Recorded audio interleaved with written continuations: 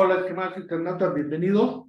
Estamos en su sección, como todos los jueves, de esa capacitadora en Fiscal Junior. ¿Sí? Esto va dirigido a todas las aquellas personas que están acabando la carrera, que están iniciando en esta parte de los impuestos. Entonces, de alguna manera,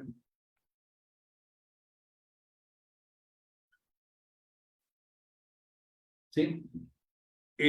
Nos dirigimos a ustedes ahorita con este tema de Fiscal Junior. Ya habíamos visto algunos temas interesantes para ustedes. Bueno, pues ahora lo que vamos a hacer es entrar en un nuevo tema que es importante en SAT para principiantes. Este tema que es para todos ustedes es el famoso CFDI. O sea, se habla mucho del CFDI, que es el comprobante fiscal digital por Internet, ¿sí? Bueno, pues este comprobante fiscal digital por Internet, ¿sí?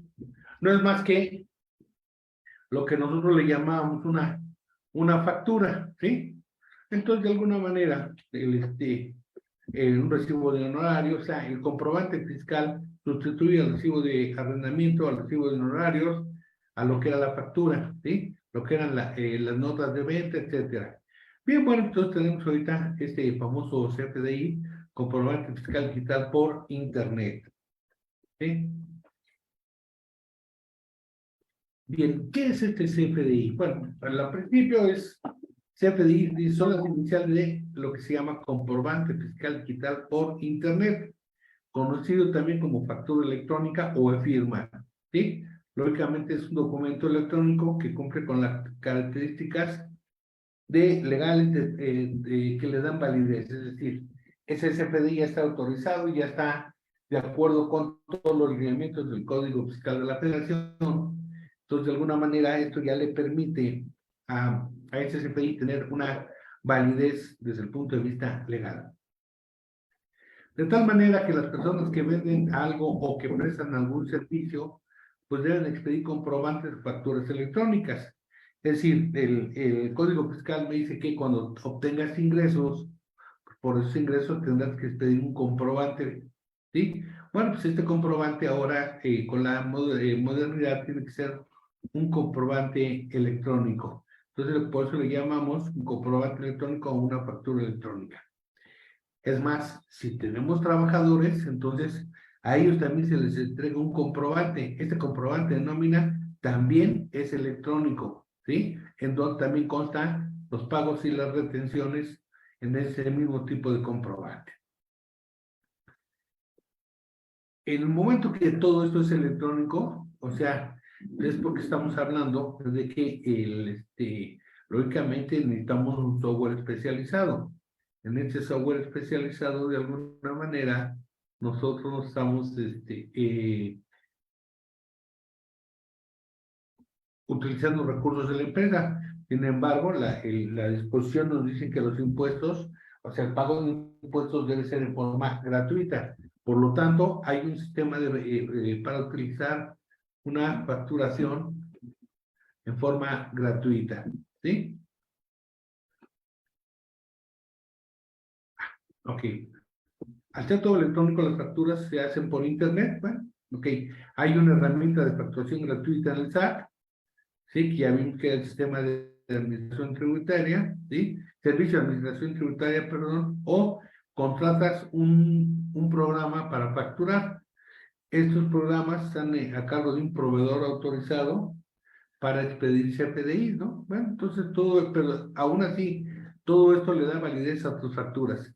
¿Qué pasa con estas facturas? Ya sea de un PAC o de la herramienta del SAT, bueno, que se le asigna un folio y finalmente se le envían al SAT para que el SAT certifique lo que le llamamos el famoso timbrado de los CFDIs. Ok. Este CFDI, lógicamente, es tu responsabilidad a ti como contribuyente. Entonces, y lógicamente tienes también el derecho a recibir de tus proveedores sus comprobantes de tus facturas o por las compras o por los gastos que realizas. En consecuencia, esos CFDI, estas facturas, sirven para comprobar fiscalmente las operaciones del negocio.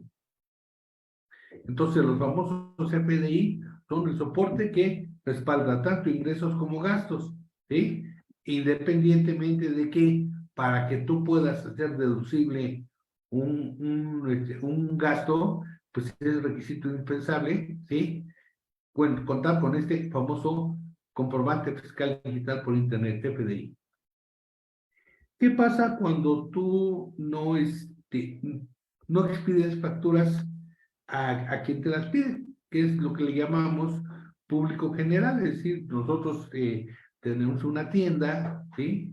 En donde vienen, la gente que viene a comprarme no necesita CFDIs, por lo tanto, ¿qué es lo que hace? Me pide, no me pide comprobante, sin embargo, es mi obligación pedir un comprobante. En este caso, lo que nosotros hacemos, y de acuerdo con Código Fiscal, me dice que hagas una factura global, ¿sí?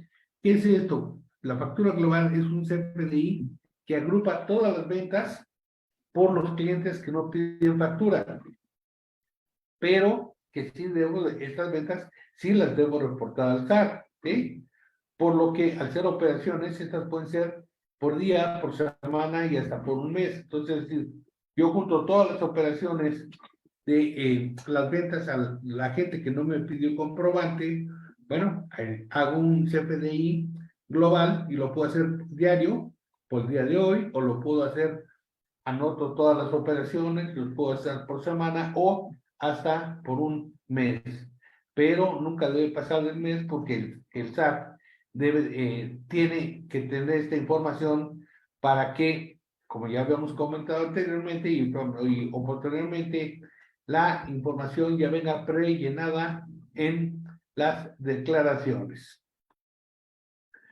Bien, otro concepto que tiene que ver con el CFDI, o sea, con el comprobante fiscal digital por Internet, se llama sellos digitales, ¿sí? Su nombre es correcto, es certificado de sellos digitales, ¿sí? Es una especie de firma con un uso específico, que es generar dentro de las facturas un sello de seguridad. Por eso se llaman sellos digitales, ¿sí? Con esto se previene la manipulación o falsificación de este documento, permitiendo identificar plenamente al emisor del comprobante. Es decir, con este sello digital se le da se evita la falsificación del documento, toda vez que en ese sello digital se va a encontrar el nombre de a quien se le expidió, el domicilio, qué se le expidió, qué se le vendió, cuánto se le vendió, el costo unitario de lo que se le vendió, qué se le vendió y cuándo va a ser pagado y la forma de pago. Lo mismo sí, que hace tanto para las que yo adquiero como para las que yo emito. ¿Sí?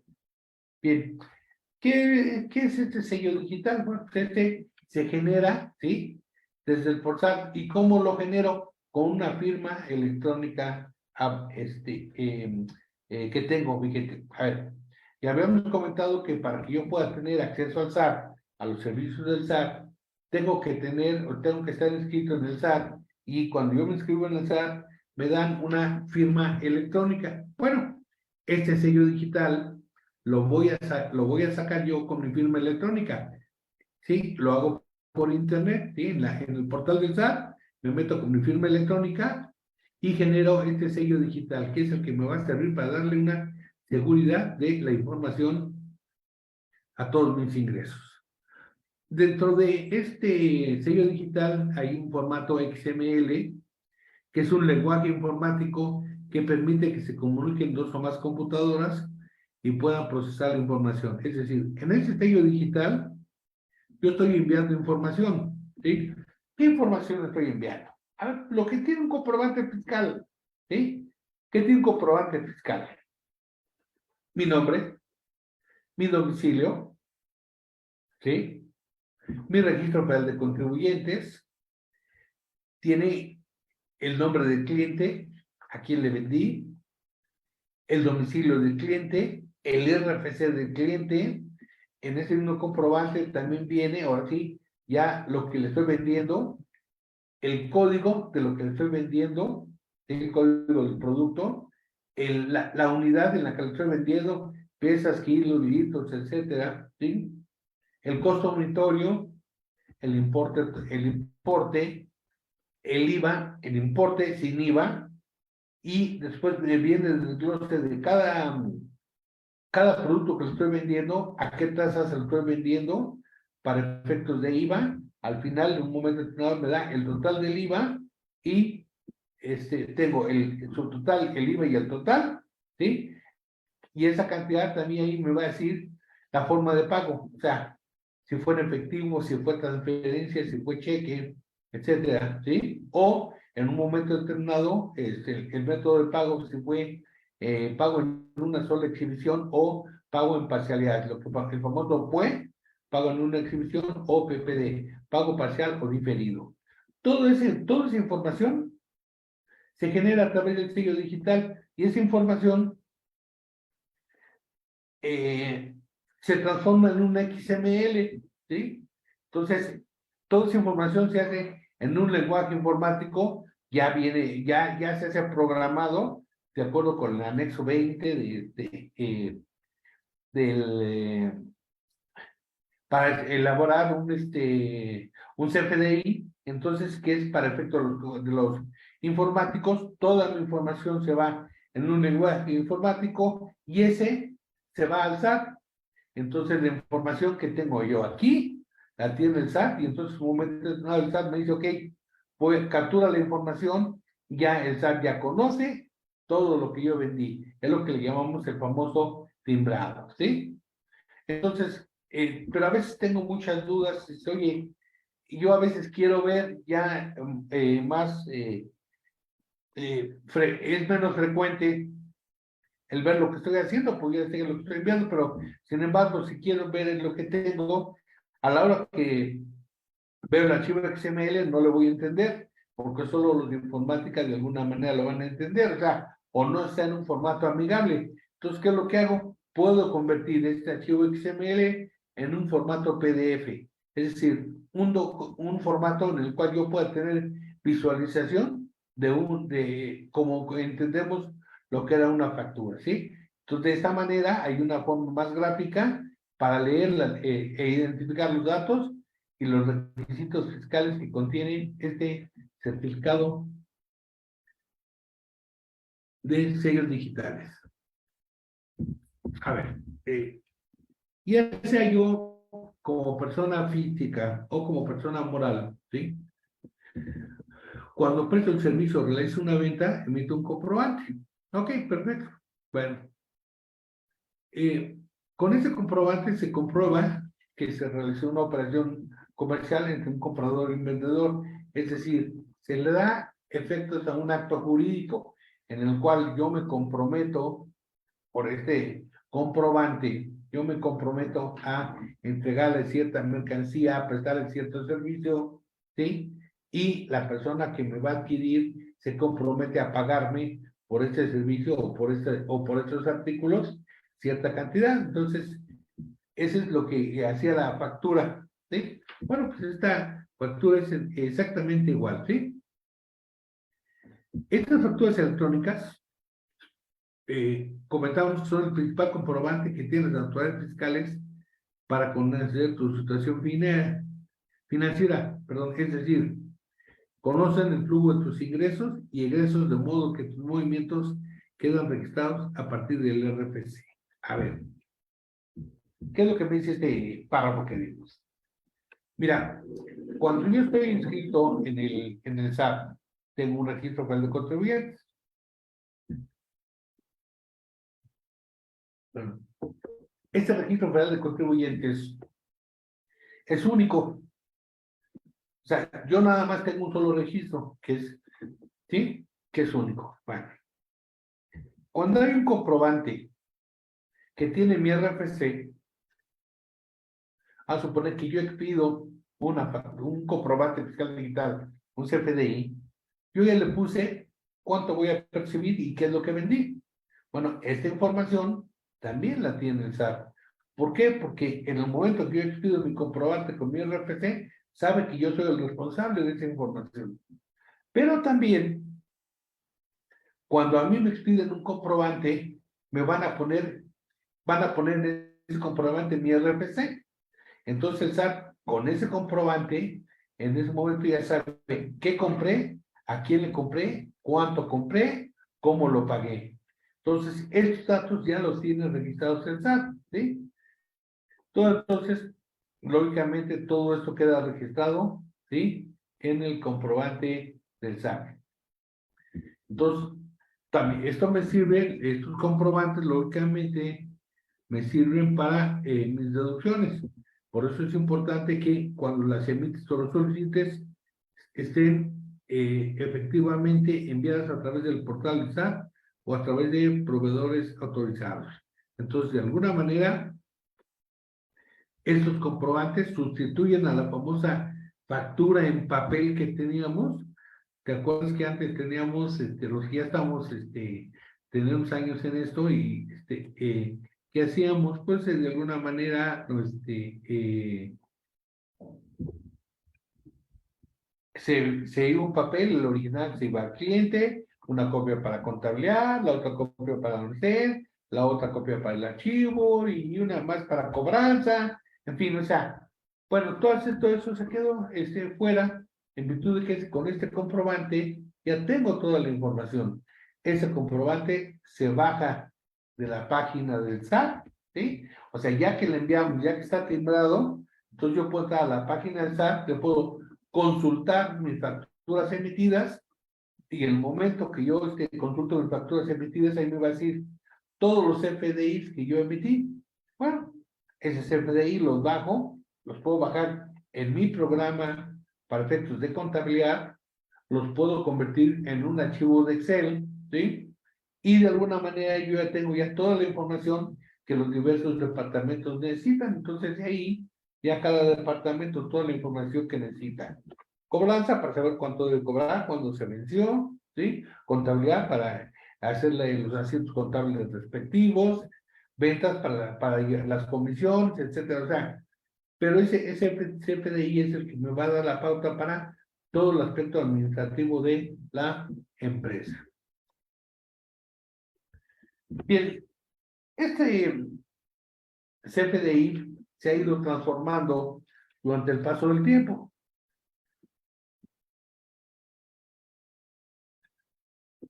Ahorita vamos a entrar en la versión 4.0, ¿sí? Se ha hablado mucho, se habla mucho, entras tú a la página del SAT, todo el mundo dice que la versión 4.0 y que ya están timbrados con la versión 4.0. Hubo algunos movimientos de CFDIs con versiones anteriores, pero se están verificando. Mira, desde el 2005 había una firma electrónica y un comprobante fiscal digital, ¿sí? Entró en 2005 para algunas empresas, ¿sí? En 2011 entra ahora sí, el concepto de comprobante fiscal digital por Internet, ¿sí? En 2014 aparece un nuevo concepto, un CFDI, nada más que ahora este es un CFDI de nóminas. Bueno, en 2015 se genera con esos CFDI ya una contabilidad electrónica. Entonces ahí se sigue trabajando 2015, 2016. En 2017 se expide un CFDI de nóminas en su versión 1.2, es decir, cada que hay un punto y adelante hay una nueva versión. Entonces se genera la comunicación, los datos que se necesitaban para efectos de el control de nóminas y se genera la versión 1.2. Para 2018, ¿sí? Se genera un CFDI versión 3.3, ¿sí? Y se genera un nuevo CFDI que se llama de complemento de pagos. Es decir, cuando en este 2018 se pide un CFDI y el CFDI dice, oye, ¿cuál es el método de pago, la forma de pago, el método de pago? Dice, ah, pues mira, va a ser una sola exhibición, perfecto, entonces quiero que me le pongas la clave pues, pago en una exhibición.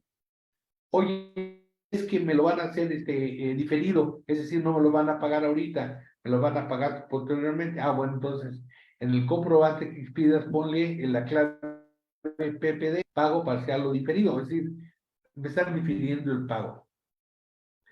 Pero, ¿qué es lo que pasaba? Que cuando ya me pagaban, no había un control. Ah, entonces, en 2018 aparece un comprobante fiscal digital por internet de pagos, el famoso complemento del pago, ¿sí?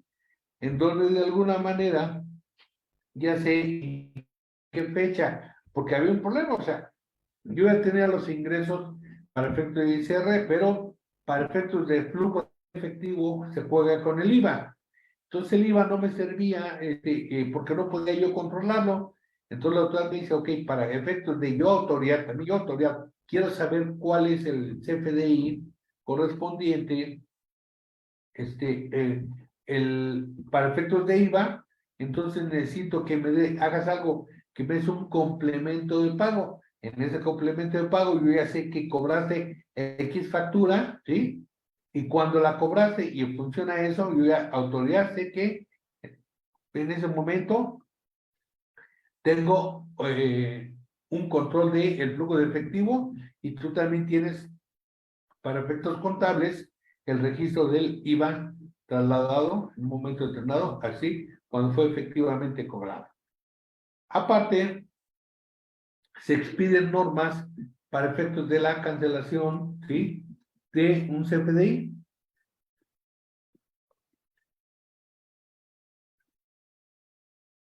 Porque resulta que había contribuyentes que de repente expedían un CFDI. Ah, perfecto. Y a la hora de pagar los impuestos, veían que eran muchos los impuestos, mucho el IVA que tenían que pagar, los impuestos que tenían que pagar, y entonces, ¿qué hacían? Cancelaban CFDIs, entonces en el momento que cancelan CFDI, ya tenían menos ingresos, pero al cliente a quien le habían vendido, ni se enteraba. Entonces, ¿qué es lo que estaba pasando? Que no cruzaba la información, porque la venta que hacía este cliente no cuadraba con la información que tenía la contraparte, ¿sí? Que es el cliente. Entonces, yo tengo 100 de venta, pero tengo cancelados 10, tengo 90, pero el cliente deducía 100. Y se estaba prestando a un juego ahí entre numeritos para efectos de IVA. Entonces el SAT se da cuenta de esto y dice, a ver, dice, voy a expedir reglas para cancelación, pero con aceptación, es decir, tú contribuyente vas a cancelarme un comprobante fiscal, una venta que hiciste, sí, nada más que necesito que tu cliente te acepte, ¿sí? La cancelación, es decir, que estén de acuerdo ellos también y que efectivamente lo vas a cancelar. Entonces se genera este nuevo concepto de cancelación con aceptación. Bien, sigue 2018, 2019, 2020, tenemos todavía problemas para trabajar con este comprobante, con el CFDI, que es la versión 3.3, y se genera desde 2022 un CFDI en su versión 4.0, y para efectos de nómina, y para efectos del complemento de pagos, un CFDI versión 2.0. Con esto se hacen cambios también en la cancelación. Esto entra en vigor el 2022. Sin embargo, en la operatividad de esta versión empezaron a crearse algunos problemitas, de tal manera que entonces se fue prorrogando la entrada en vigor de este comprobante, ¿sí? Entonces, igual, entra en vigor y se fue prorrogando. A ver, oye, ¿y todo esto qué onda? ¿Dónde lo encuentro? Ah, pues mira, las reglas para emitir un CFDI en México, lógicamente ya comentadas, son muy complejas, porque requieres entender y estudiar las distintas reglas publicadas por la autoridad. A ver, entonces el primero que tengo es entender qué es el anexo 20. Este es un documento técnico donde se establece el estándar tecnológico bajo el cual se debe emitir un CFDI y este sea válido. Es decir, fíjate, se publica el anexo 20 y me da una serie de estructuras que la verdad los contadores que no estudiamos informática, pues no le entendemos, ¿no? Esto es para la gente que conoce informática, sigue ese documento técnico y con eso logra emitirse un CFDI, pero la mayoría de los contadores pues, no somos diestros en el aspecto tecnológico, ¿sí? Entonces no podíamos entender. Entonces, este anexo 20 hay que estudiarlo y también el Código Fiscal de la Federación, que es un compendio que comprende aspectos fiscales. Entonces, el código dice, a ver, para efectos de pedir un comprobante, aquí están los aspectos fiscales. Aquí están obligaciones y derechos, ¿sí? En relación al cumplimiento del pago de impuestos federales. En el Código Fiscal se encuentran todas las disposiciones aplicables a un certificado, a un código, comprobante fiscal digital por Internet. Otro documento que necesitamos conocer para efectos de este CFDI es la resolución miscelánea fiscal.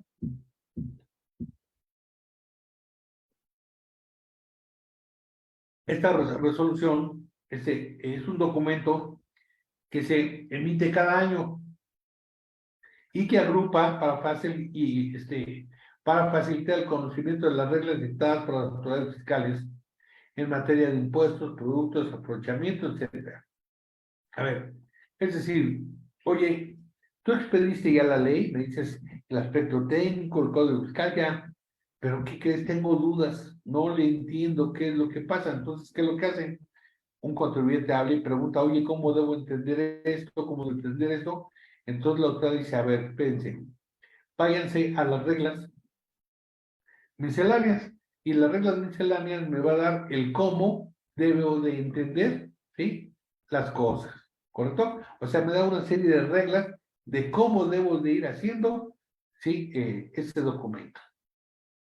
Independientemente de eso, también tengo que, en esas reglas hablo en forma general, bueno, pero también a veces tengo un problema para llenar el comprobante. Entonces, el SAT también me emite una guía de llenado. O sea, el SAT también en sus facultades de asesorar a los contribuyentes tiene que darle facilidades. Y estas facilidades se llaman guías de llenado. Esos son documentos cuyos objetivos son explicar a los contribuyentes la forma correcta de llenar el PDI. De acuerdo con la autoridad, me dice, a ver, sigue esta guía de llenado y no vas a tener ningún problema para llenar, para pedir un comprobante fiscal digital por Internet. ¿Sí? Lógicamente, en esta guía de llenado no puede salirse de las disposiciones técnicas del anexo 20, de las disposiciones jurídicas del Código Fiscal de la Federación y de las disposiciones que están en la resolución miscelánea fiscal. ¿Sí? Entonces, con este guía de llenado, pues me da un ejemplo que me facilitan todas estas explicaciones. Y todo esto no lo vamos a encontrar. Si quieres, tienes duda, quieres profundizar en esto, mira, el anexo 20 está emitido el 3 de enero del 2022. Aquí tienes la liga, http://omwsat.gov, trámite de servicios, ahí. ¿Quieres conocer cómo se da el esquema de XSD? Bueno, igual te metes a esta página. Esto fue publicado el 28 de diciembre del 2021. Hay una secuencia del XD, que es el XSLT, que se publica el 23 de septiembre del 2021, donde te da una interpretación de la cadena, ¿sí? El sello digital. Y también hay una serie de errores, te dice, pues checa también la matriz de errores el 30 de diciembre, donde dice, si te sale esto, va a ser esto, si sale esto, va a ser esto. ¿Por qué? Porque a veces tenemos problemas con la tecnología. Nosotros tenemos situaciones diferentes, tecnológicamente hablando. Es decir, Algunos de nosotros, por ejemplo, tenemos una computadora de hace 10 años. Lógicamente, tecnológicamente ya tiene una operatividad bien diferente a una nueva. Yo acabo de comprar ahorita una tablet o una laptop de última generación, lógicamente trae tecnológicamente aspectos innovadores. Entonces, todo eso no cuadra con la información que tienen, por eso hay una serie de matriz de errores, ¿sí? O sea, porque no todos los contribuyentes estamos al alcance económico de la misma tecnología. Es más, el mismo director del SAT reconoció en un momento determinado que la tecnología, ¿sí?, traspasó la capacidad del SAT. Es decir, el SAT se quedó tecnológicamente atrasado con respecto a la tecnología de la información, de la informática.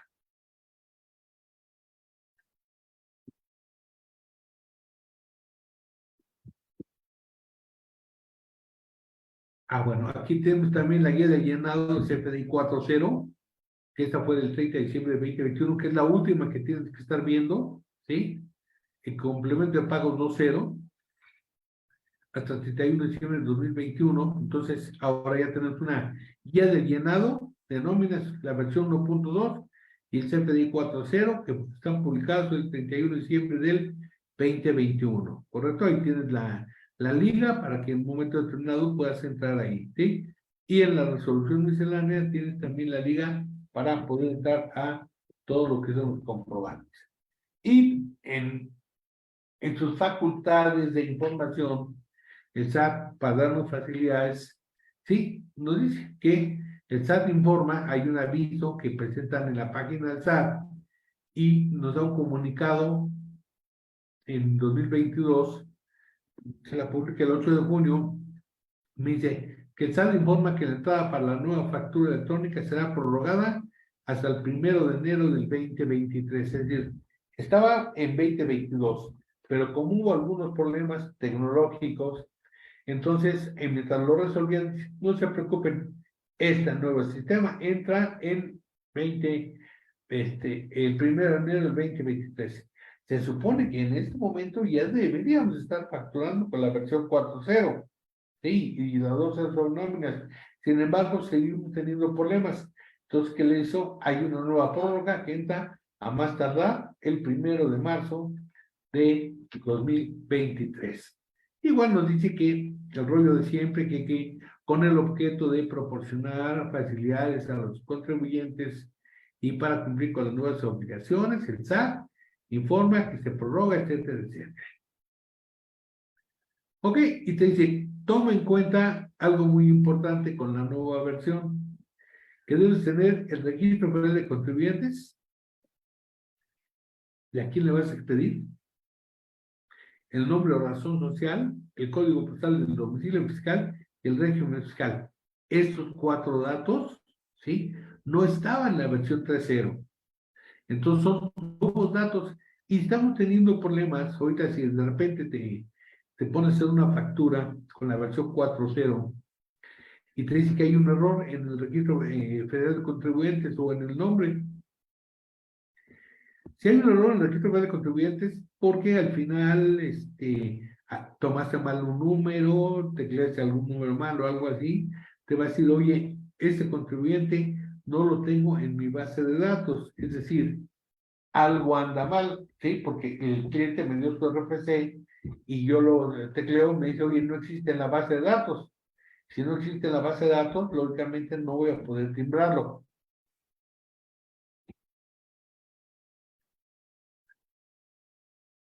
Otro problema también que tenemos es que en el momento yo conocía como el nombre de la razón social no era obligatorio, entonces yo conocía como papelería la cuquita, ¿sí? Y resulta que no, ¿sí? Que es de una persona física y el nombre o razón social tiene que ir al nombre de la persona física. Entonces, en el momento que le pongo Cuca Ramírez Martínez, me dice, oye, es que este nombre no existe. Ah, no, es que es Refugio Martínez. Ah, bueno. Entonces, igual, tengo un problema, oye, entro en el código postal, me dice, es que el domicilio con el cual yo tengo registrado este contribuyente no corresponde al código postal que tú me estás manifestando, ¿sí? Igual me puede mandar una alerta donde me dice, oye, a ver, tú dices que este contribuyente me dice que tiene un régimen fiscal de actividades empresariales y yo no tengo registrado en actividades empresariales, lo tengo como sueldos. Bueno, no me dice que no lo tiene como sueldos, sencillamente me dice que no tiene ese régimen. Entonces, ¿qué es lo que estamos haciendo para cubrir con todos estos requisitos, con estos problemas? Estamos pidiendo a todos los clientes su constancia de situación fiscal. ¿Para qué? Para que en un momento determinado yo tenga perfectamente los datos en su constancia, que es un documento que ellos hicieron ante el SAT reconoce los documentos, bueno, en el momento que me lo envían a mí, yo ahí ya puedo ver efectivamente cuáles son los datos, puedo ver el código postal correcto, puedo ver el nombre correcto, puedo ver el registro de contribuyentes correcto, de ahí saco los datos. Y todavía aún así estamos teniendo problemas para emitir un CFDI en algunos casos. ¿Por qué? Porque me dice, oye, es que este contribuyente no lo tengo dado de alta. Y vuelvo a checar, a ver.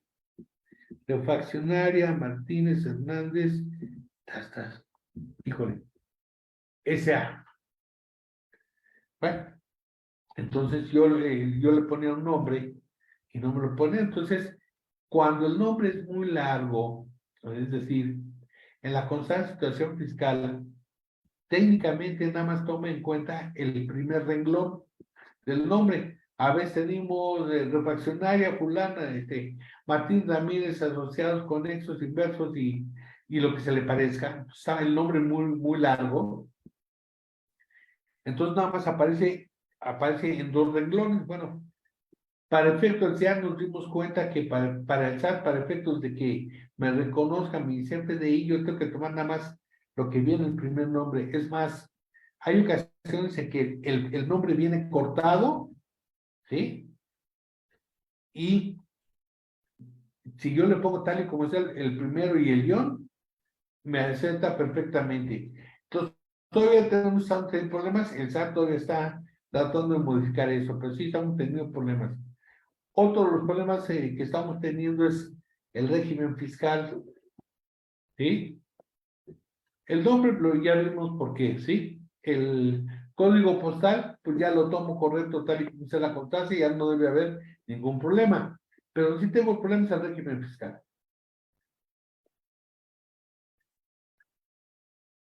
Porque resulta, yo le digo, oye, tienes un régimen fiscal de arrendamiento, perfecto, y le estoy vendiendo zapatos. Entonces me dice, oye, no me cuadra, ¿para qué quiero zapatos con el concepto de régimen fiscal de arrendamiento, no? A ver, dame el uso que le vas a dar, ¿sí? A ese producto.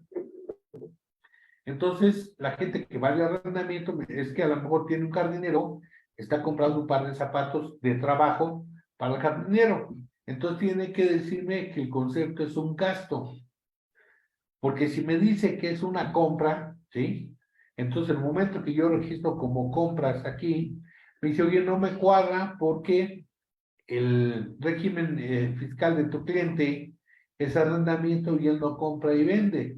Por lo tanto, no me cuadra. Entonces, tengo que ponerle si es compras o sea, que lo que le llaman ellos inversiones o gastos. Si ya me es un gasto, entonces ya puede ser congruente que el producto que me está comprando, ¿sí? Sea para efectos de uso, como un gasto que va a uniformar al jardinero, ¿no? O sea, la autoridad me está poniendo cada día un poco más de trabas en ese sentido. Entonces, cuando me preguntan, oye, ¿qué uso le vas a dar? Antes decíamos, pues, ¿qué te importa? Pues el que quieras, y lo poníamos. Hoy viene a ser obligatorio el uso que le voy a dar al comprobante, ya sea que es activo inversiones, activo fijo, compras o gastos. O en su momento, no, fíjate, a veces estamos teniendo problemas a veces. Si yo voy a comprar a una farmacia, ¿sí? Y compro ciertos aditamentos que necesito.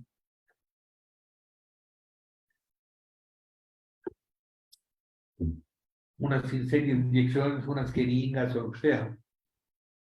Pues para mí viene a ser un gasto. ¿Ok? Pero un médico va y las compra porque él las utiliza dentro de tu consultorio. Entonces, para él es una compra, ¿sí? Entonces, eso es diferente. ¿Por qué? Porque cada quien va a deducir de acuerdo con lo que tiene. Otro problema que tenemos mucho es en los servicios. Si yo, por ejemplo, voy con un médico, una consulta, y le digo que me dé su comprobante, el sistema de facturación del médico me va a decir, oye, ¿qué uso le vas a dar? Si yo le digo que es un gasto, pues es como si fuera un gasto de la empresa. Sin embargo, en el momento que yo entro a mis declaraciones personales, no me va a permitir deducir ese gasto. ¿Por qué? Porque tenía que haberle dicho al médico, el médico probablemente que era gastos médicos. Fíjate la diferencia, ¿sí? Entonces, en el momento que yo ya tengo como gastos médicos, sí tengo derecho a deducirlo en mi deducción personal como gastos médicos. Pero si yo le digo que eran compras, no, el SAT me va a decir, es que no, tú me dijiste que eran compras y no que eran deducciones personales. Entonces, todo eso se está todavía verificando, ¿sí? Ya vamos avanzando en esto poco a poco. Ok, mira, para que conozcas un poquito ese anexo 20. Primero, en el anexo 20 ya existe la versión 4.0, que es la nueva, ¿no?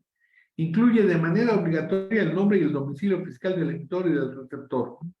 A ver, entonces aquí, esto no era obligatorio en la 3.0, en la 4 dice, de manera obligatoria, ahora sí me vas a tener que poner el nombre, tal y como viene la constancia. Si no, no me lo va a aceptar. El domicilio fiscal debe de corresponder al código postal que viene también, ¿sí? En el mismo comprobante y que viene también en la constancia. Si yo le pongo un domicilio diferente, me va a decir, oye, el domicilio que tú me pones aquí de este comprobante no existe. A lo mejor yo estoy poniendo calle A, 3500, interior A, y resulta que era B. Entonces, si él le puso nada más 3500, me dice, oye, no me cuadra el interior. Entonces, bueno, todo eso, por eso lo saco de la constancia. Hay una serie de cambios en el régimen fiscal del receptor, ¿sí? Entonces, ya lo comentamos, ¿no? En esta versión 4.0 se van a incluir campos para identificar las operaciones donde existe una exportación de mercancías. En la versión 3.0 no existía este campo. Bueno, pues ahora voy a tener que identificar en las mercancías de exportación una serie de campos. Me va a abrir más campos, más información y yo necesito precisar. Otro cambio es el uso del CFDI, ya lo comentamos, o sea, ¿qué uso le vas a dar? Gastos, compras, inversiones, adquisición de activo, etcétera, ¿sí? También, en esta versión, en el anexo 20 de esta versión 4, se van a incorporar nuevos apartados para reportar información respecto a las operaciones con el público en general, así como aquellas que se realicen a cuenta de terceras personas. ¿Sí? Entonces, aquí es importante cuál es la información que yo le voy a dar, ¿sí? A reportar. Vienen cambios en el atributo de catálogo, tipo de relación, ¿sí? Y se adiciona el elemento para cuenta de terceros. A ver, a veces yo hago operaciones donde yo no pago directamente. Es decir, yo a veces, por ejemplo, mando mando al mensajero a comprar cierta mercancía,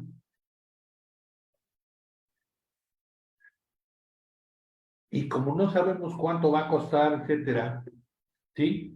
O en lo que llega y le hago la transferencia porque no sé, digo, me urge, ya sabemos que en comprobantes, en operaciones menores a 2,500 pesos, sí las puedo pagar yo en efectivo. Entonces, ¿qué es lo que hago? Le doy al mensajero para que él pague en efectivo, ¿sí? Lo que yo le envié a comprar. Vean. Pero resulta que costaba más de lo que yo le di, de lo que él llevaba. Entonces él dice, pues para no regresar otra vez, y le surge, voy a poner de mi bolsa. Entonces él saca de su dinero y me presta a mí, es un tercero. O sea, es una compra por cuenta de un tercero. Ah, pues entonces en ese momento llega y me dice, oye, tú me dices 2,500 pesos, costó 3,800, yo puse lo demás, le doy la diferencia, se lo transfiero directamente al mensajero para que quede claro de cuánto fue de salida en efectivo, de caja, y cuánto fue con transferencia. Otra situación que se da con un tercero es que de repente se da mucho con los altos ejecutivos. El ejecutivo de repente sale de viaje y él paga por cuenta de la empresa lo que decida, no, o sea, no le doy dinero, le doy viáticos, ¿sí? Pero esos viáticos, lógicamente, los deposito en tu cuenta, ¿sí? Y él me tiene que traer comprobantes a nombre de la empresa. Entonces, el momento que me trae comprobantes a nombre de la empresa, ¿sí? Me está comprobando él como un tercero, él fue, hizo el gasto, todo eso, pero en nombre y en representación de la empresa. Bueno, entonces, los comprobantes los trae a nombre de la empresa. ¿Y qué es lo que pasa? Que yo le digo, a ver, me traes 12,000 pesos de comprobantes, yo ya te había dado 10,000 pesos que se los deposité en su cuenta de nómina, ¿sí? Para viáticos, le llamé viáticos, 10,000 me compró a 2,000, tengo que darle una transferencia por exactamente la diferencia por 2,000 pesos. No lo puedo, ay, toma más a cuenta de, no, tengo que hacer la operación transparencia con la operación. Hay ocasiones que de repente algunos ejecutivos va y resulta que fue a comprar algo personal a una tienda departamental y de repente encontró que había ahí una silla muy bonita ejecutiva para escritorio que le gustó. Ah, entonces, ¿qué es lo que hace? La compra, pide el comprobante a nombre de la empresa.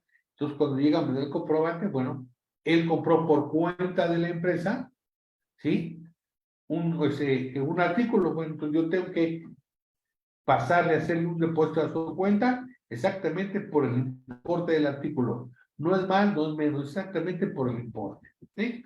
Entonces aquí hay que tener mucho cuidado con estos elementos a cuenta de terceros.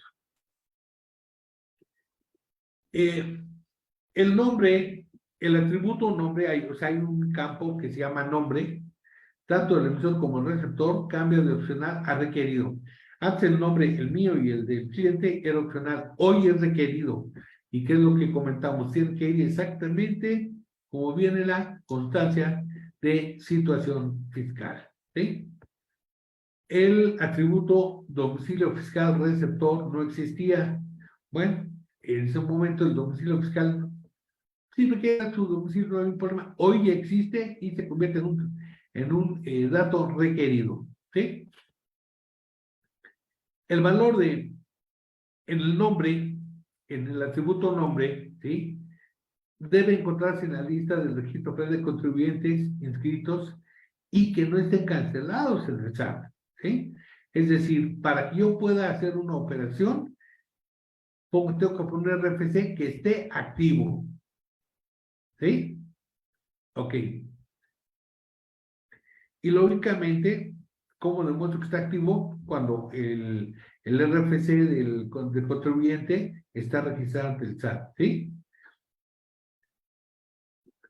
Bien, esa es básicamente la idea de lo que tenemos con los cambios en el CFDI, ¿sí? Entonces, mira, si tú checas en este En este ejemplo de recuperación de un certificado, fíjate, ¿qué pasa cuando yo tengo que me meto al SAT y que verifico? Mira, dice recuperación de certificado. Aquí está, mira, soluciones. Aquí me dice a nombre de quién está este comprobante, ¿sí? O sea, yo ya puedo verificar, ¿sí? Que esté correcto el nombre. A ver, este es el catálogo del régimen fiscal.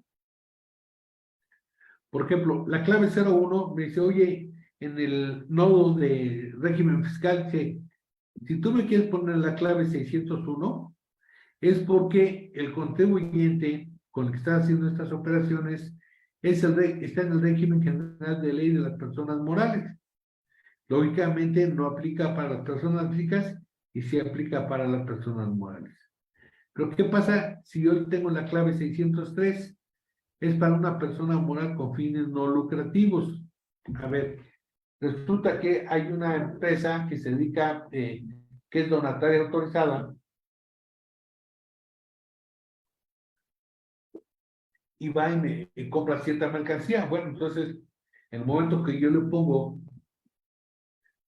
que lo que estoy vendiendo, debo ponerle que es el régimen, es una persona moral con fines no lucrativos, entonces en la clave del régimen fiscal tengo que ponerle 603. Les recuerdo que todos los CFDI ya se manejan a través de claves. Entonces, todas estas descripciones de catálogos de régimen fiscal están aquí, ¿sí? Si es coordinado, si es de hidrocarburos, si son ingresos por intereses, ¿sí? Si es un régimen de consolidación, si es un régimen de arrendamiento, si es el régimen salario. Entonces yo tengo que ir aplicando este régimen en función a lo que él me dice, a lo que existe, ¿correcto? Bien. Otro cambio que tengo en el CFDI versión 4.0 es en el catálogo de tipo de comprobante. ¿Qué tipo de comprobante existe? A ver, existen nada más 5 tipos de comprobantes: ingreso, egreso, traslado, nómina y pago.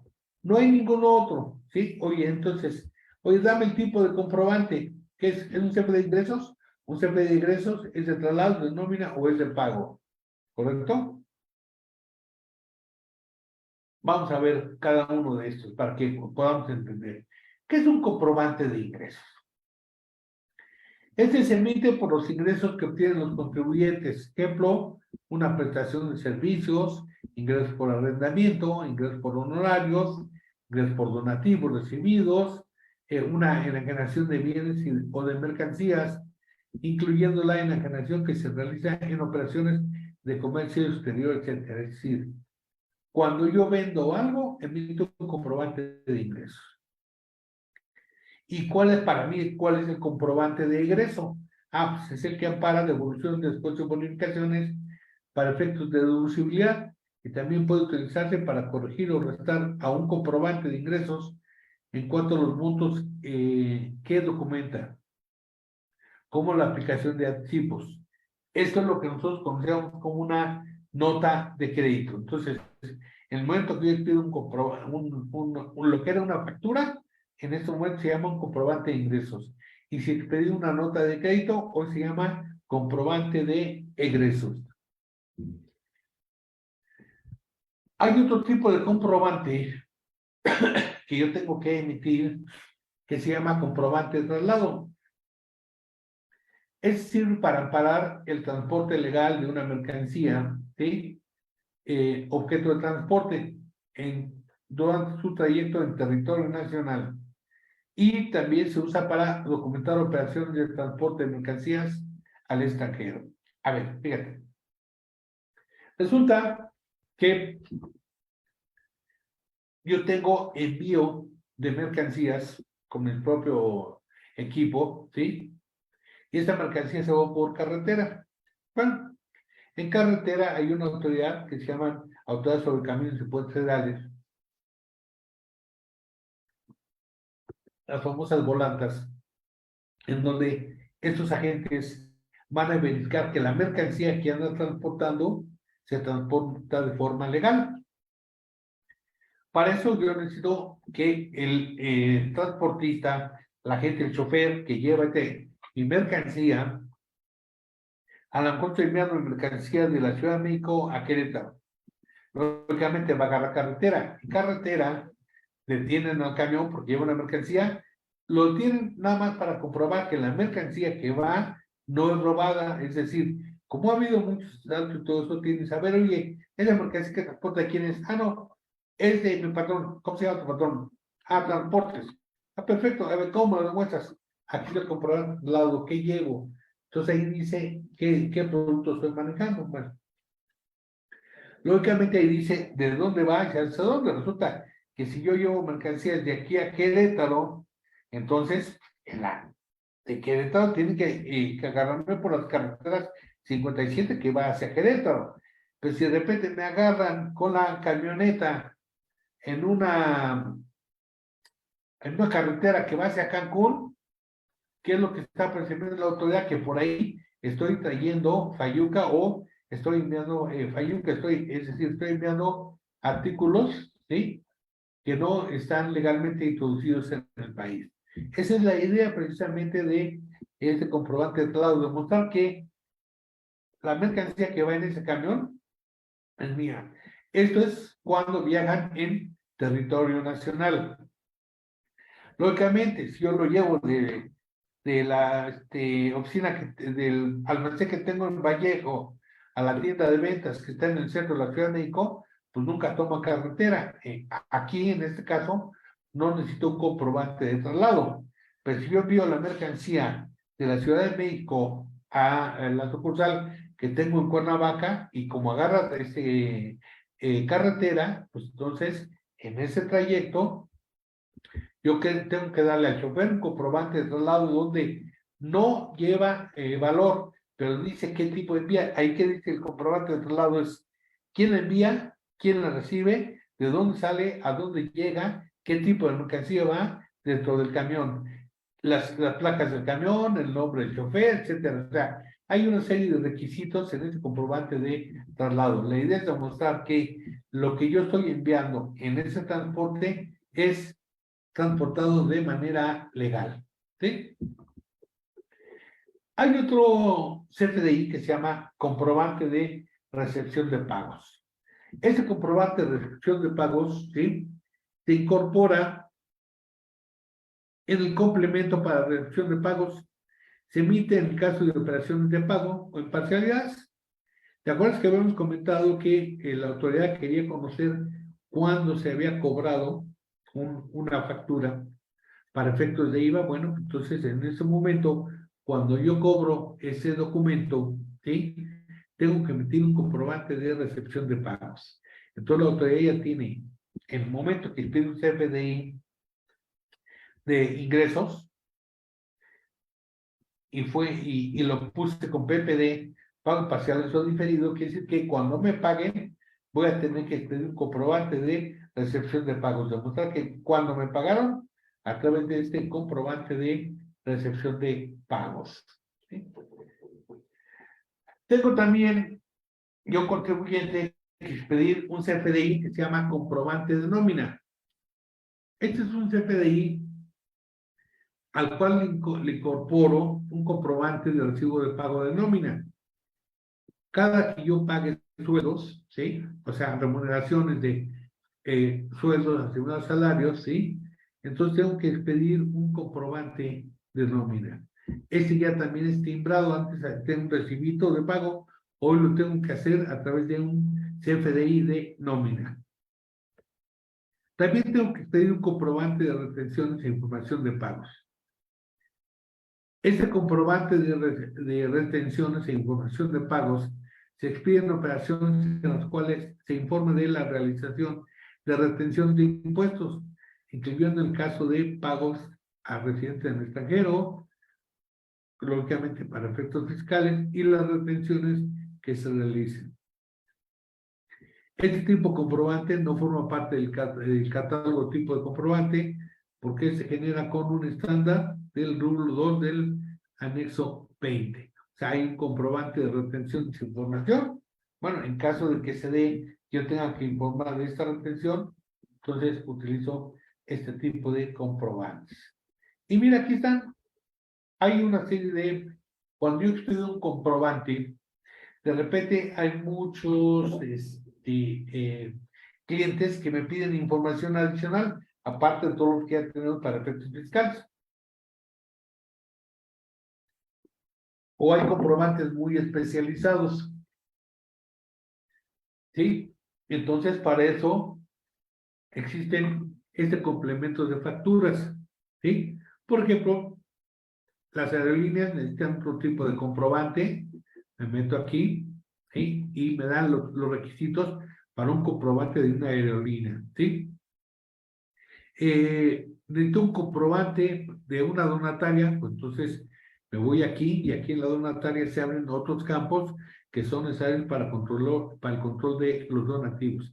Y así hay una serie de complementos para facturas, ¿no? Entonces, cuestión nada más de que veas qué tipo de comprobante necesitas. Si caes en estas situaciones, pues ya sabes que aquí encuentras la información, aparte de los requisitos generales, requisitos muy específicos de esto.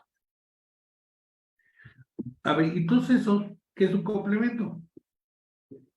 Es información adicional para las facturas. Es decir, a veces me piden, oye, dame el complemento de donativos. ¿Qué sí? ¿Por qué? Porque yo tengo que poner un donativo donde dice que para qué lo quiero, si es deducible o no, o sea, si estoy autorizado para recibir donativos, etcétera. Bueno, entonces en ese momento determinado, esta información adicional, pues, tengo que expedir un complemento, ¿sí? Entonces, ¿qué es lo que pasa? Que en ese complemento se permite integrar información adicional de uso regulado, ¿sí? Por la autoridad para un sector o actividad específica. Con esto se permite que la información nacional sea protegida con el sello digital de la factura, ¿sí? No es no es una adición, ¿sí? ¿Cómo se llama? De un comprobante. Se le agrega información, ¿ok? Y aquí está, mira, el complemento, aquí está. Además, si tú ves, este es el famoso anexo 20, si tú ves el XML, lo vas a ver así. Y dices, pues es que no entiendo qué, mira, hasta aquí abajo dice complemento, mira, complemento para la versión, bueno, así es como lo vas a ver. Si tú quieres verlo correctamente, entonces, ¿sabes qué? Conviértelo a un PDF para que puedas verlo de forma diferente. Ok, a ver. Hoy me ha estado hablando mucho de tipos de relación. ¿Qué es esto? Ah, pues mira, a ver. Hay la clave 01, tipo de relación, la clave 01 es la nota de crédito de los documentos relacionados. Si yo expido una factura, un CFDI, perdón, de ingreso, y después le hago una nota de crédito, tengo que identificar los dos comprobantes, a qué factura se le aplica esa nota de crédito. Entonces le pongo, a ver, tipo de relación 01 y le relaciono los documentos, casas a las cuales yo le apliqué esa nota de crédito. Es decir, antes metías de forma general una cuenta que le llamábamos cuenta corriente, donde metíamos el cliente me debe tanto, le doy una nota de crédito y se la aplicaba yo a cualquier factura. Hoy no, hoy me dice, no, identifícame cuando hagas una nota de crédito, con qué documento está relacionado. Lo mismo la nota de débito. Si hay una devolución de mercancías, necesito que me digas sobre qué factura es de la cual me está o sea, sobre qué CPD de ingreso, o factura de ingreso, es la que me está aplicando, ¿sí?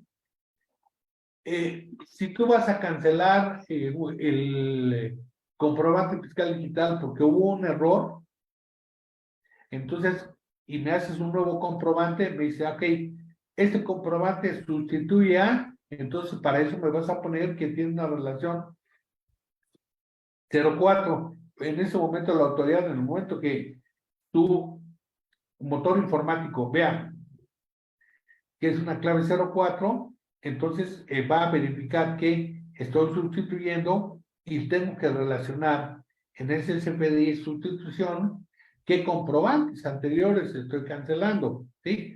Oye, fíjate que me equivoqué, en lugar de decir el concepto canecas verdes, eran canicas rojas. Ah, bueno, me equivoqué, ok, perfecto, tengo derecho a equivocarme.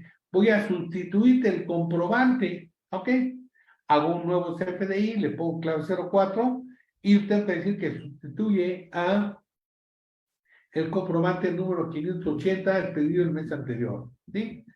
Y igual también la clave 06 para una factura generada por traslados previos y un CFDI por aplicación de tipo. A ver, esto es importante. La clave 07.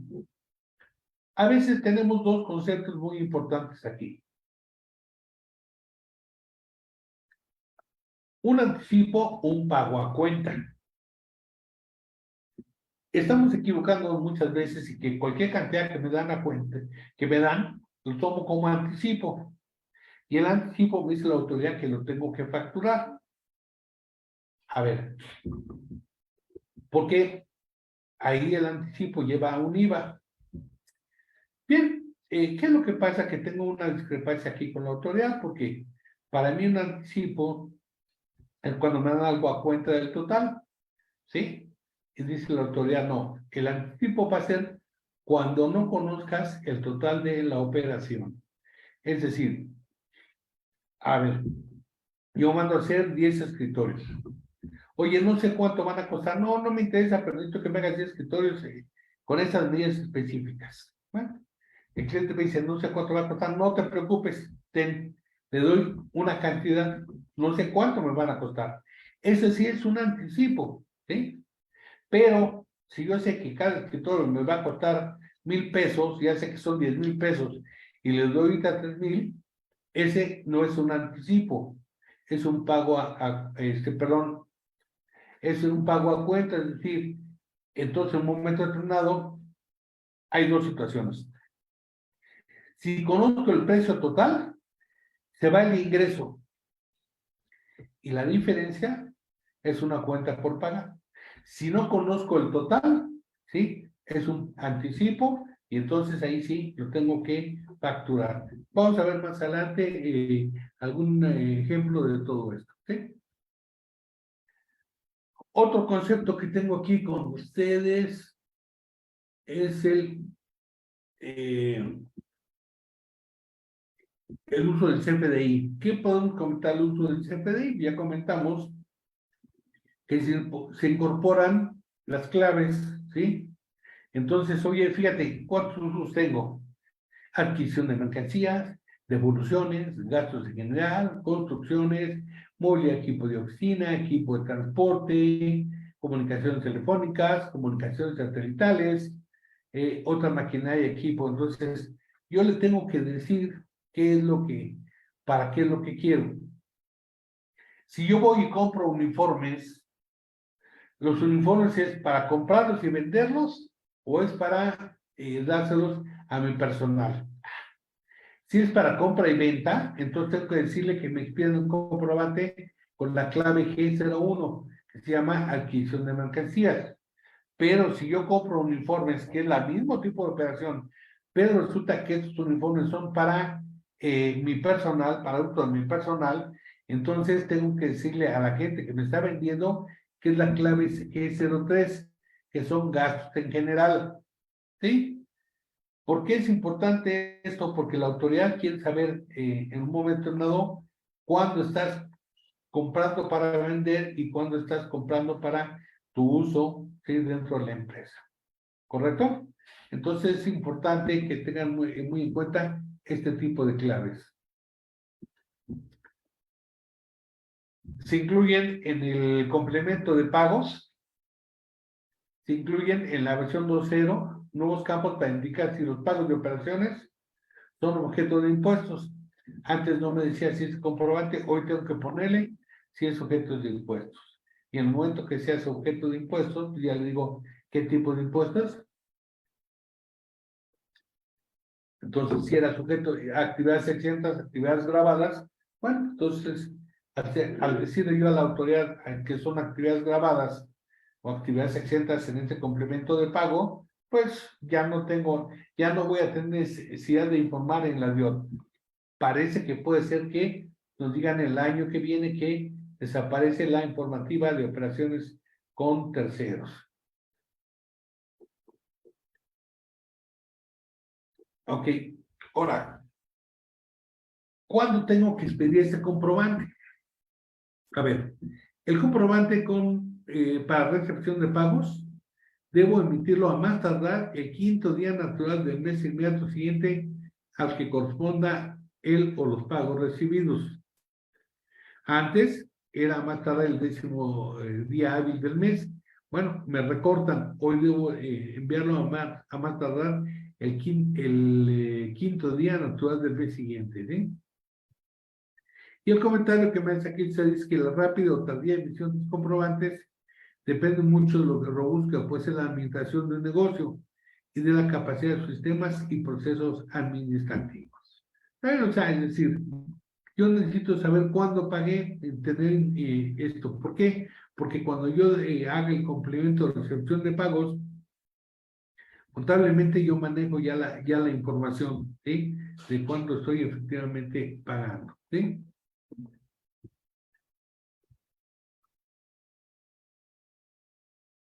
Hay una facilidad para el cálculo del IVA con el famoso REP, ¿sí? Que va a decir, a ver, IVA de facturas de contado, ya, más el IVA de la versión 2, que va a entrar en vigor, entonces ya me da el IVA efectivamente trasladado, ya lo comentamos, o sea, con eso el SAT va a saber, ¿sí? Oye, ¿cuánto es el IVA que yo tengo que tener declarado?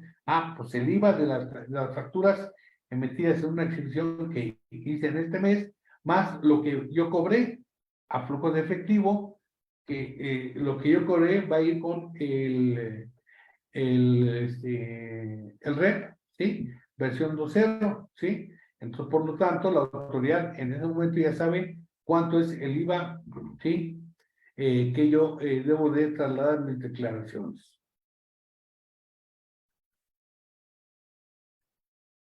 Ok, hay cambios en la cancelación de los comprobantes. Me dicen, si tú quieres cancelar un comprobante, cualquier comprobante, cualquier CFDI que quieras cancelar, ¿sí? Este deberá ser efectuado a más tardar en el mes en el cual se deba presentar la declaración anual del ISE. A ver, perdón. Dice, para efectos del artículo 29A, cuarto párrafo, la cancelación del CFDI se podrá efectuar a más tardar en el mes en cual se debe presentar la declaración anual. O sea, yo tengo hasta el mes donde voy a presentar la declaración anual para cancelar un comprobante, ¿correcto? Por lo tanto, tengo como persona moral hasta el 31 de marzo para cancelar los FDIs de meses anteriores, ¿sí? Y lógicamente las personas físicas a la fecha de su presentación de la declaración a más tardar el 30 de abril. Entonces todavía puedo cancelar. Entonces en este momento estás preparando ya la declaración anual 2022 y te das cuenta que hay un comprobante duplicado, bueno, pues lo puedes cancelar y tranquilamente. ¿Ok? En el momento que hagas la cancelación tienes que ponerle claves 01, 02, 03, 04. Checa qué tipo de claves de acuerdo con la cancelación que vayas sabiendo, ve este comprobante y bueno, pues aquí te doy un escenario, ¿sí? Un folleto, un tríptico que me da el SAT, ¿sí? Para que veas qué es lo que pasa con los contribuyentes, ¿verdad? Una guía de cómo va siguiendo el documento, ¿sí? Se emite la factura, ¿sí? Se detecta el error, se procede a cancelar, se la relaciona la nueva factura, se hace la solicitud de cancelación de factura, se agrega el motivo por la clave, etcétera, etcétera. Bien, amigo, hasta aquí estamos ahorita ya con ustedes. Cerramos lo que es famoso FDI y vamos a entrar en las declaraciones, el formato de declaraciones en la próxima sesión de este fiscal junior, ¿sí?